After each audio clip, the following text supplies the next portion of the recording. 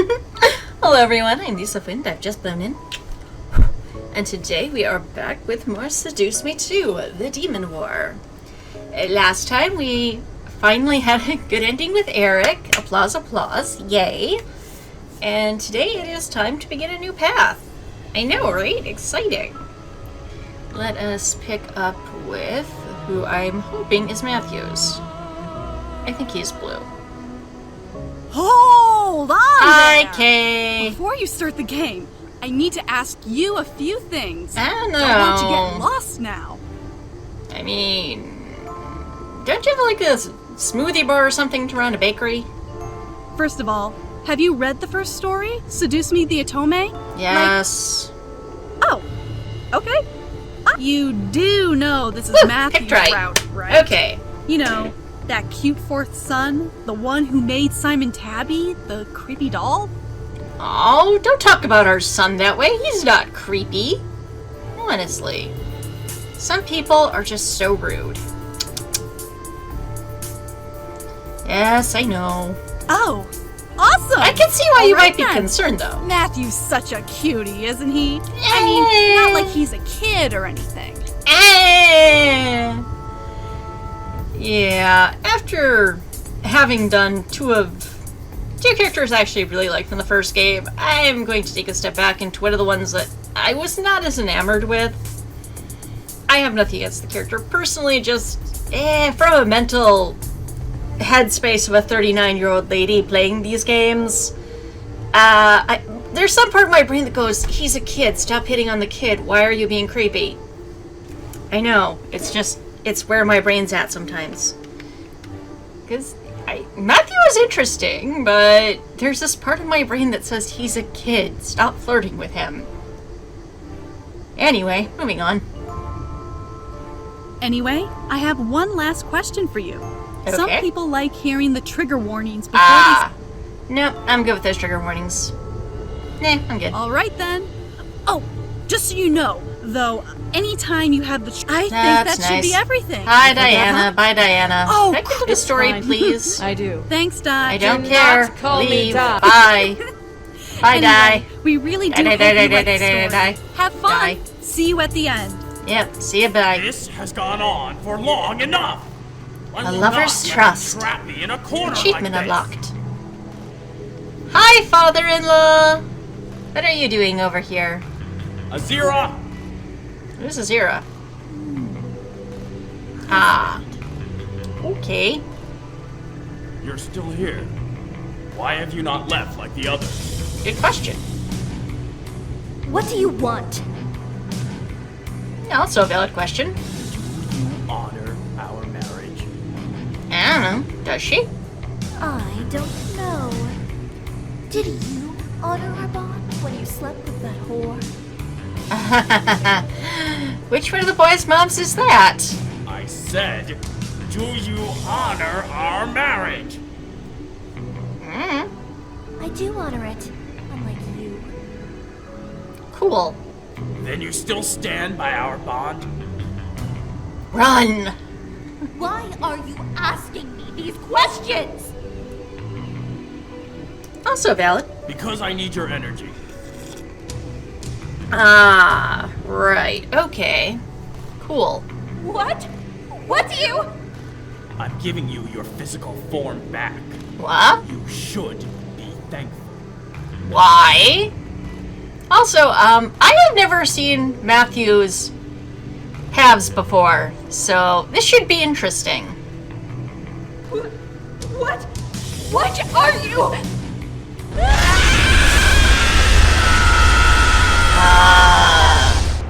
That sounded painful. I could only stare at what was in front of me. A black screen. Awesome. I could hardly believe it was real, but there it was, right before my eyes. How had my life gotten to this point? Well, you're the main character in a dating sim. As I gripped the pen in my hand, I let my mind settle into the situation. My fingers gently slid over the pen's surface, nervous and softly shaking. This was happening. What's happening? Hey, Is everything okay? Apparently not. Aw, look at that little face. Just want to pinch his cheeks. I glanced up to see Mathew, looking at me with worry. I could only shake my head and smile before finally signing my name on the paper in front of me. My name is... I actually don't remember which name he had, or what name I had for his run. So, I need a name. I will be Tritch. Why not? It is one of my superhero characters. Looking at my own name made me somewhat giddy, especially since it was next to Mathew's. Aww. So, what do you think? Mathew looked over and gently rotated the paper on the table to look at what I had written. Thank you for coming to our wedding. Aww. Yay, we're getting married, I guess. What's wrong? Nothing. It's just really cool to see our names together. I know that feeling. I felt a blush run across my cheeks. Was he thinking the same thing I was? The let's get a pizza? I mean, I would personally love a pizza. Looking at our names together made me feel warm and fuzzy on the inside. Aww, true. Looking at Mathew, he was grinning ear to ear, which made me do the same. His smile was practically infectious.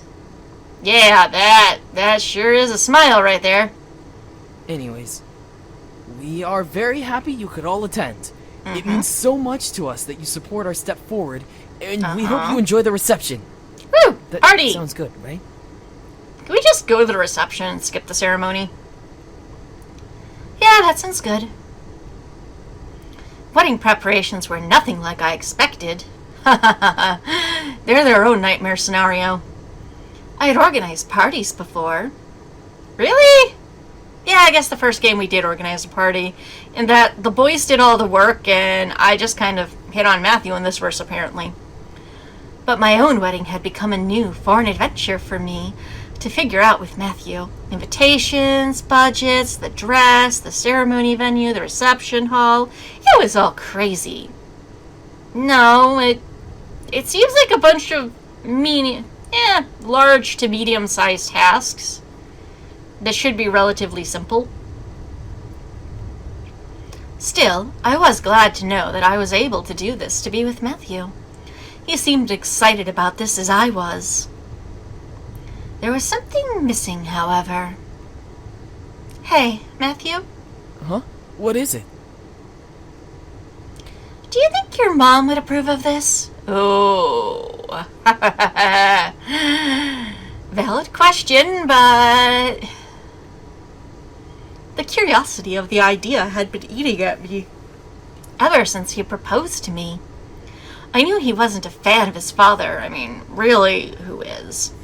But his mother was a different story. According to him, she had always been supportive of him right up until he left.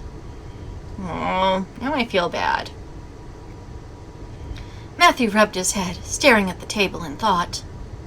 Well, I don't know. I don't know think either. she'd be surprised I'm marrying a human. But I think she'd be okay with it in the end. Aw. She is my mother, after all. Aww.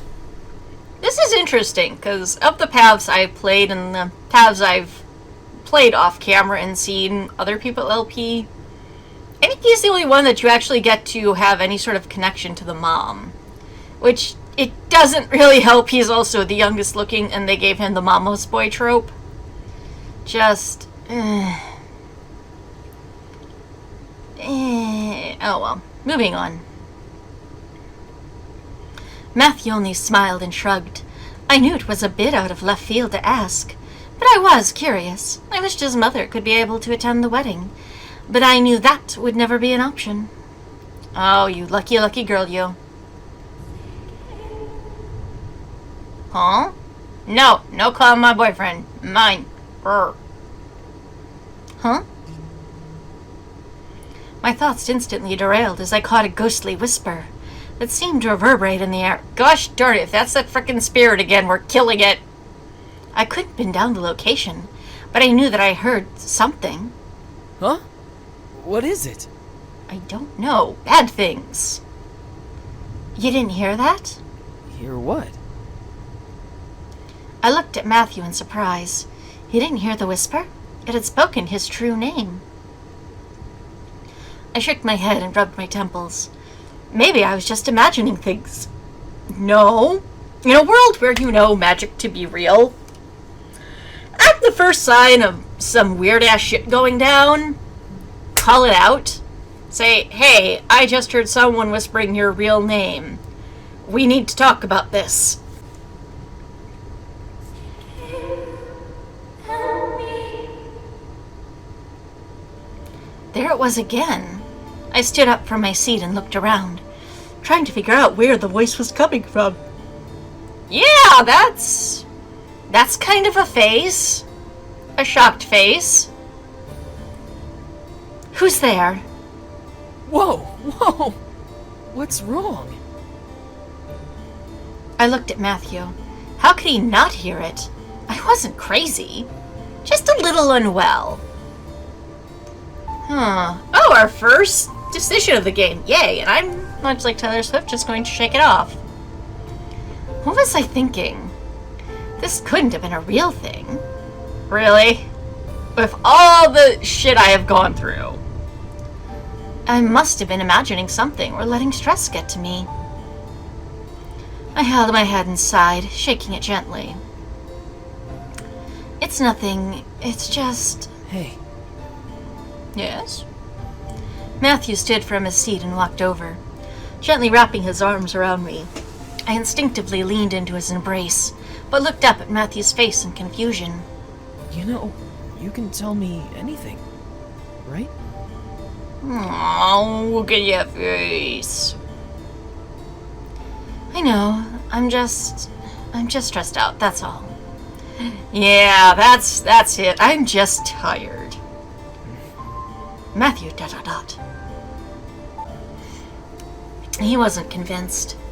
I could see his doubt in his eyes. However, he didn't say anything else and gently kissed my forehead. Alright, if you're sure. Yeah. For this verse, I am. I placed my forehead on his shoulder. I really didn't want to bother him with whatever was wrong with me. No, it's not a bother. You're the girlfriend. This is what we do. This wasn't normal, yes. But he couldn't hear it. I was better off figuring it out myself. Are you really?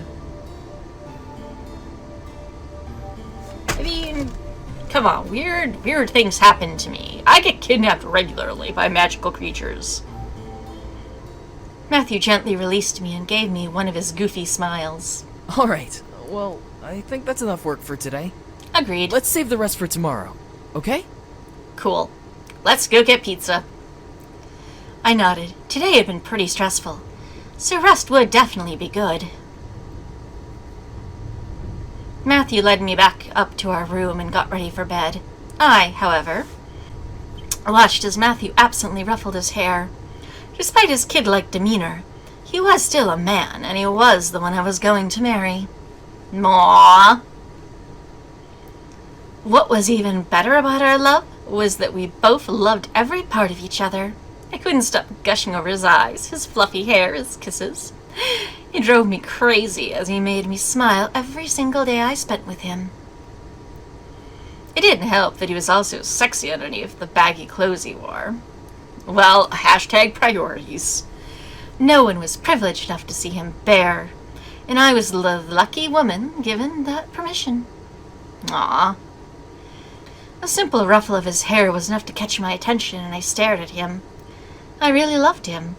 A small fire burned in my core, letting me know of my sexual attraction to him. Always important. But I wasn't sure of whether or not to go with my gut or just sleep. We got a lot of work tomorrow. Let's go sleepy. It's not the honeymoon yet. I shook my head. I truly wasn't in the mood to do anything but sleep tonight. My body definitely agreed. Yawning, I began to strip and get into my pajamas. Mathew did the same and turned to me with a smile. Well, ready to sleep? Yes. I couldn't help but giggle and nod. Mathew was just so darn cute sometimes. I know he's the cutest little yig ever. He grinned at me before jumping into bed and getting comfy, and I did the same.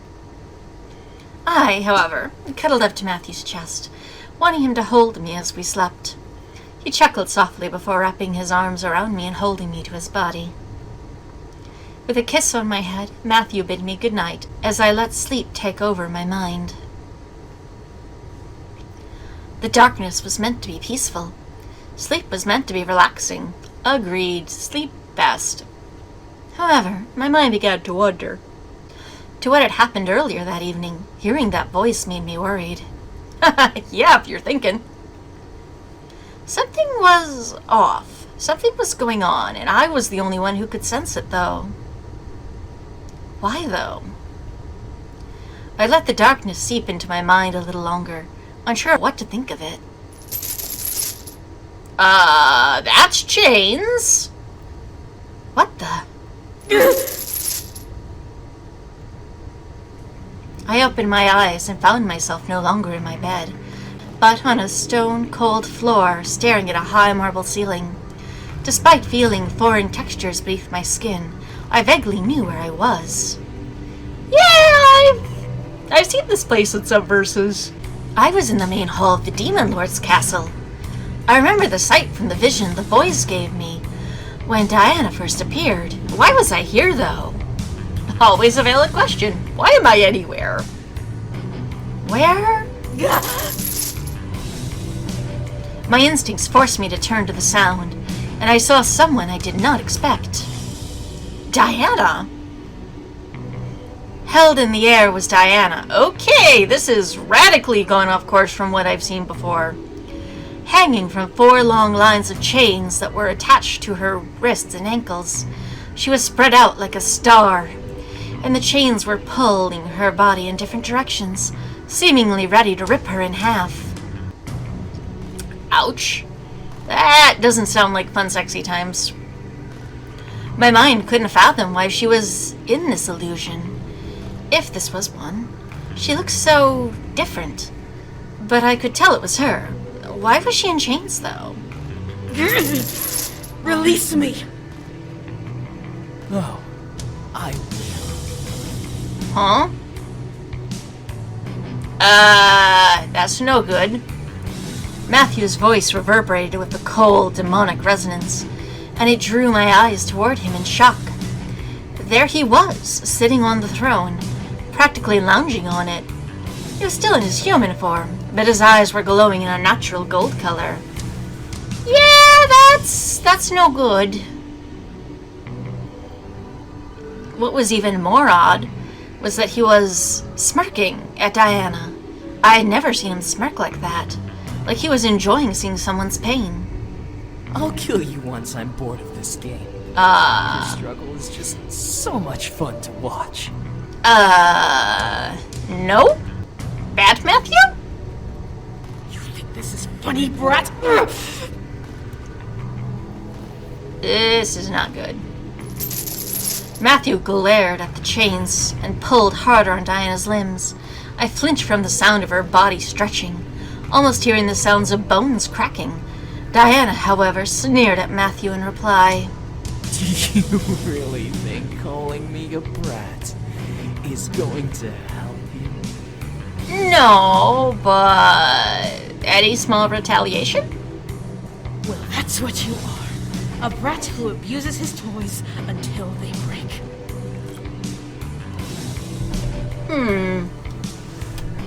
True. Maybe. I could only stare at the two, completely confused by what I was witnessing. I tried to speak out, but suddenly my voice disappeared. Hey, I'm not Ariel in this playthrough. Before any sound could be formed in my throat, gripping my neck, I looked down, trying to figure out why I couldn't speak.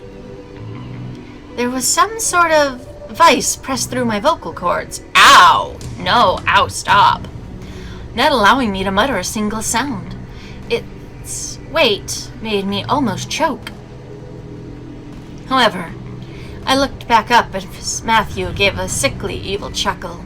That's right. I like to play with my toys until they're of no use to me. That's how toys work. No, toys are meant to make you happy. Mathew stood up slowly from the throne, and his lips curled into a devilish smile as his tongue ran around his upper lip. And when I'm done with them, I destroy them. Or, alternate plan, we not do that. And what of the human? Is she just another toy? Good question. I looked at Diana, seeing her move her head to look at me before turning back to Mathew in realization. I was physically there. I wasn't just watching the event. I was part of it. Mathew looked back at me and his face shifted to an innocent smile. My heart desperately clung to the possibility that he wasn't as evil as he was presenting himself to be. His smile pulled at my heartstrings, giving me hope that he was just playing some sick joke. If this is his brand of humor, I'm not on board. She's not just a toy. I don't think I'm gonna like where this goes. My heart dropped in my chest. Mathew tilted his head cutely, giving me a disgusting feeling of adoration and fear from the sight. Never had I imagined feeling like this while looking at the one I loved, yet here I was. She's my favorite toy. Oh, goody. I can't break the toy that I have the most fun with.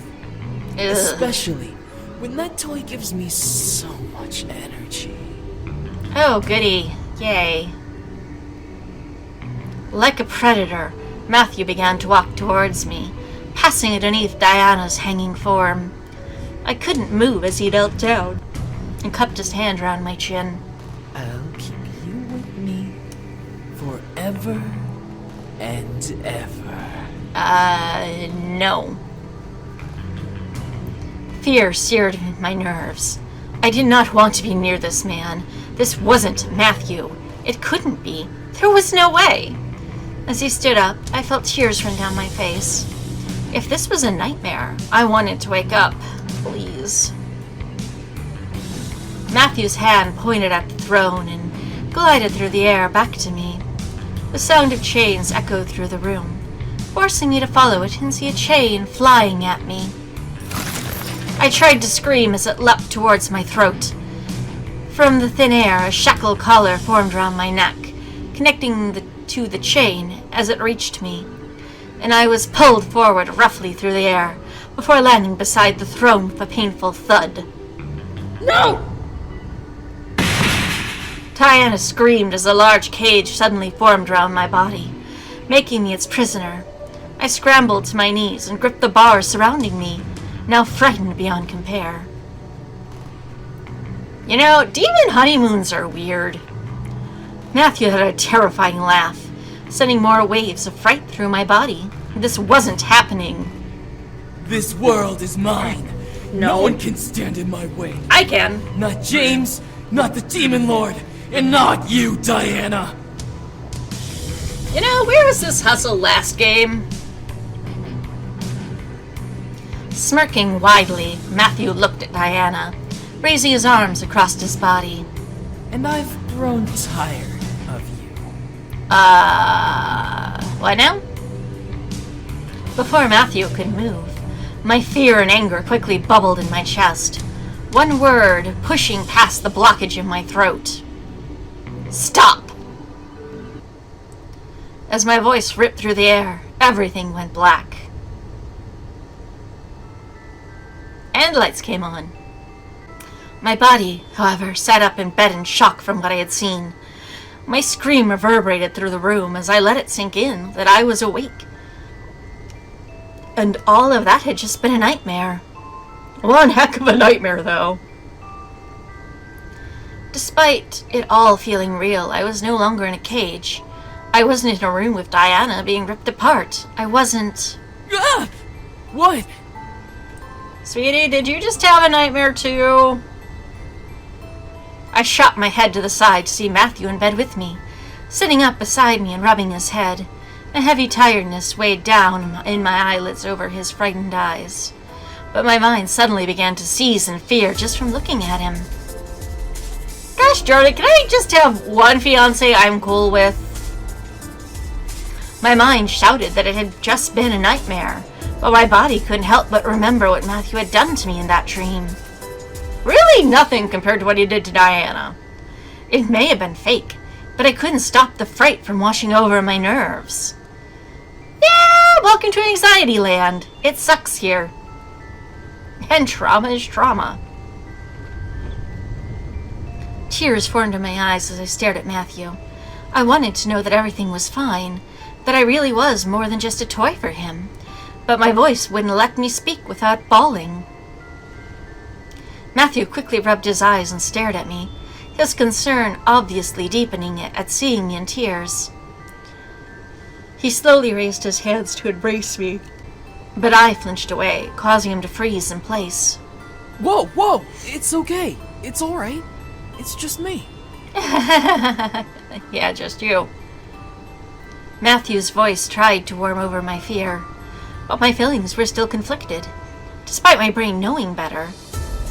He continued to stare at me, waiting for me to relax, but I could only meet his gaze warily, with both fear and sadness. Hey, I'm gonna hug you, okay? That's all. No. My heart wanted to believe him. I had to. He couldn't be as sadistic as my nightmare had depicted him. Well, I mean, you say that, but anyone if you push them hard enough. I nodded, and Mathew slowly began to wrap his arms around me, hugging me to his chest. There we go. It's okay. It's really not. I began to melt into Mathew's arms, finally feeling the fear disappear from my body. I pressed my face into his shoulder, shaking in remorse as the panic drained away. I'm sorry. Mathew simply rocked me in his arms and nuzzled the side of my head with his. He occasionally planted a kiss over my cheek and shoulder, reminding me of his love and that everything was okay. His breath became a tempo for me to follow, letting me relax and feel his love all around me. Bad dream, huh? The worst. Yeah. Mathew gave me a soft squeeze, snuggling up to me, and I gratefully snuggled back. He would never hurt me. I couldn't let myself be this affected by a nightmare. Hopefully he wouldn't ask about it. Hey, whatever the dream was, just know that everything will be alright, okay? It was just a stupid nightmare. Exactly. When you wake up, I'll be right here beside you, ready to make it go away. You better be. The way he sounded so confident made my heart flutter in my chest. He truly cared for me, and that was something I adored about him. He loved me, and I loved him in return, just as much. As I nodded and nuzzled his shoulder, warming into his embrace further, Mathew smiled and kissed the top of my head. As I closed my eyes, he gently laid us back down on the mattress and helped me shift to lie against him, making his chest my pillow. His barely their chest. Thankfully, the nightmare didn't return that night. I was left with a warm embrace and a peaceful slumber until the morning rose. Even in the days that followed, the nightmare didn't come back. Neither did the mysterious voice. My week became peaceful, final details for the wedding becoming our only focus. As it should be. I was nervous for it, and, soon, the day of the wedding had snuck up on me, and I was in my room, staring at myself in my wedding dress. Oh, I'm a pretty bride. I could hardly believe it. I was getting married. I know that feeling. My family and the guests were all at the church, waiting for me to march in. But I was so nervous. I hadn't left the mansion yet. I was only a 3-minute drive away, so it wasn't like I was in a terrible rush. Ha ha ha, said no bride ever. Looking at the digital clock in my room, I marked the time. 30 more minutes. I let out a sigh. I had to shake. I'd asked my friends to allow me to get ready on my own. Again, said no bride ever. Wedding dresses are usually a team sport to get into and out of. So, I was alone in the mansion. Yet, even while I was alone, the anxiousness of the wedding made me nervous. Why? Was I just that excited? Well, it is a big step in life. Running a hand over my dress, my fingers traced over the seams and intricacies of the design. It was indeed my dream wedding dress, down to the last detail. My parents fronted the bill as congratulations, which still made me laugh. Yeah, especially given how fricking horrible our father was in the first game. How would they ever come to accept Mathew as a mystery to me? Well, after the age of 18... there's not really a lot they can do to you anymore. Especially when he was incredibly vague about who he was. I blamed his incubus magic. What the? Before I could wander further into my nostalgic memories, I heard my phone ring, ushering me to quickly answer. Oh, it's not the same ringtone as the first game. That's sad. Hello? Hey, Lucky Bride. Ah! A Naomi! bit of a problem. What? What do you mean? No problems. Today is my day. No problems. My mind quickly froze. A problem? What could possibly be wrong? Yeah, never say those words to a woman who's about 30 minutes from walking down the aisle, okay? Now you're scaring her, Naomi. Thank you, Carrie. I don't mean to. Where's Zuzu, by the way? Just tell her about the rings. What now? Zuzu! Yay! Huh? The rings? What about the rings? Well, apparently Matthew forgot to bring them. Ah. He knows where they are, but you'll have to bring them with you when you come. Okay, that's nothing. That's barely an inconvenience. I let out a small sigh. It wasn't a big problem, thank goodness. It was something that had an easy solution. Exactly. Oh, okay, that's fine. Where did he put them? Well, he said he put the rings in his dresser drawer. He said it was so Simon couldn't get them. Our delinquent son puppet demon. Really? I rolled my eyes. Simon wasn't that bad. You say that. Besides, he was a doll. Again, we say this. A doll with a knife. Sure, he was a doll that could move and stuff. See, this is horror movie territory. But he wasn't evil, just a bit mischievous. Are we willing to stake our lives on if he's evil or not?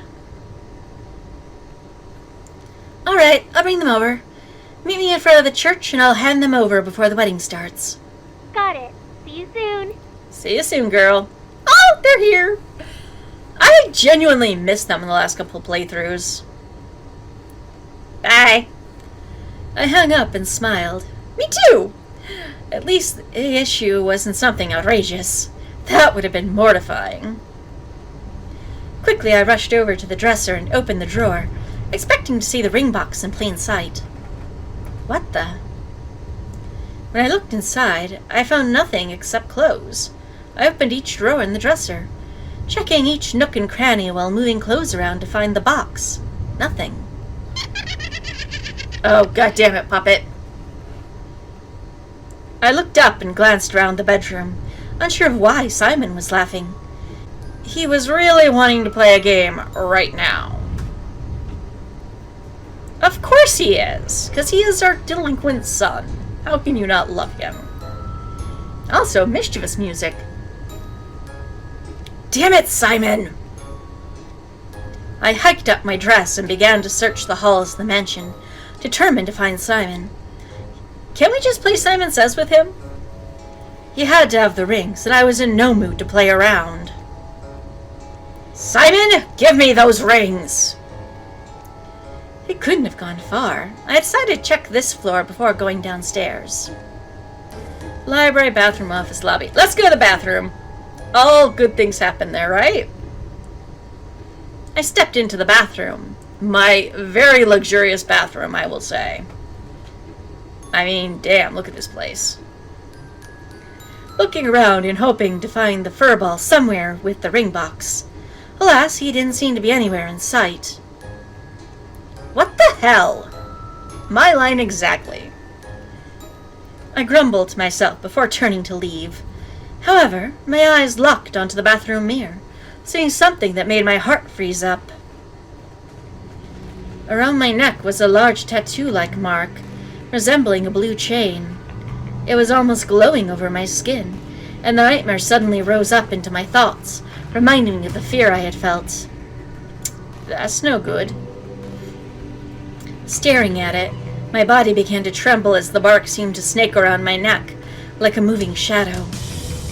For a moment, I thought the mark would tighten against my neck from simply watching it circle over my skin. I brought my hands to my throat, trying to cover it. I didn't want to see it. It had to have been an illusion, right? I was imagining it. I hesitantly removed my hands from my neck and sighed in relief with no longer seeing the chain mark. I was freaking out over nothing. I rubbed my eyes, gently relieved. Also, I call shenanigans if on my wedding day this is the first time I've looked into a mirror. Jeez, I'm getting worked up over. However, as I looked back up at the mirror, around my neck was the blue collar. I reached to my neck and gasped as I physically felt the collar around my neck. Close your eyes, get it off. Let's just close your eyes. Maybe it'll go away again. I closed my eyes. This was a mistake. This had to be a dream. I was dreaming, and I need to wake up immediately so that I could find the rings and get married. Hashtag priorities. Please let this be a dream. As I opened my eyes, I locked my eyes onto the collar that was still around my neck. My mind began to launch into a frenzy. Why was it there? At that moment, a word came up in my mind. I wasn't sure how it got there or why I thought of the word, but it appeared in my thoughts as if it was exactly what I was thinking about. Fuck shit, damn shit, fuck shit, fuck, fuck, fuck? I mean, it's what's in my mind. My fingers began to tingle slightly as it resonated in my mind.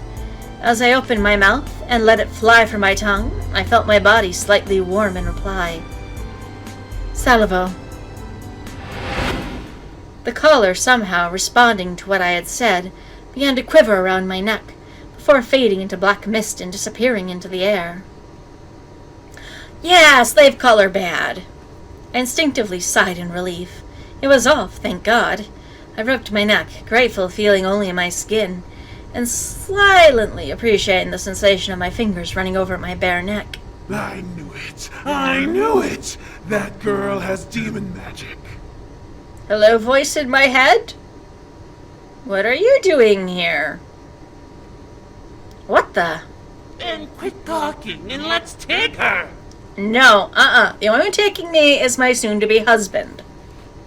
The demon lord will be so pleased. Oh, god damn it. Who? Before I could turn to search for the voices, I felt hands grab hold of my feet, and I looked down and lifted my dress. Pervs? Bad touch. Two pairs of evil-looking hands had taken hold of my ankles, reaching through the dark red and purple pentagram. I shrieked, trying to pull my legs away, but I couldn't stop them as they swiftly pulled me into the ground. No! Simon? Save me? No? Fuck. I was pulled deeper into the darkness. I was no longer in my room. I was being dragged through a dark void, one that I couldn't escape. I reached out and clawed at the dark, trying to find something to grab onto. I tried to pull my legs away from the hands that were holding them, but couldn't pull free. What was going on? Why was this happening? Someone help me! As if someone had heard my screams, I suddenly felt the hands let go and disappear, leaving me to float in the darkness they left me in. I don't know if this is better or worse, truthfully. I shut my eyes. Please let this be a dream. Please let this be a dream. I finally felt a surface under my feet, and I collapsed onto it, my body curling in on itself from the experience I had. I didn't dare tear my eyes away from my lap. Not ready to get up just yet. The voice I heard, however, made my heart stop.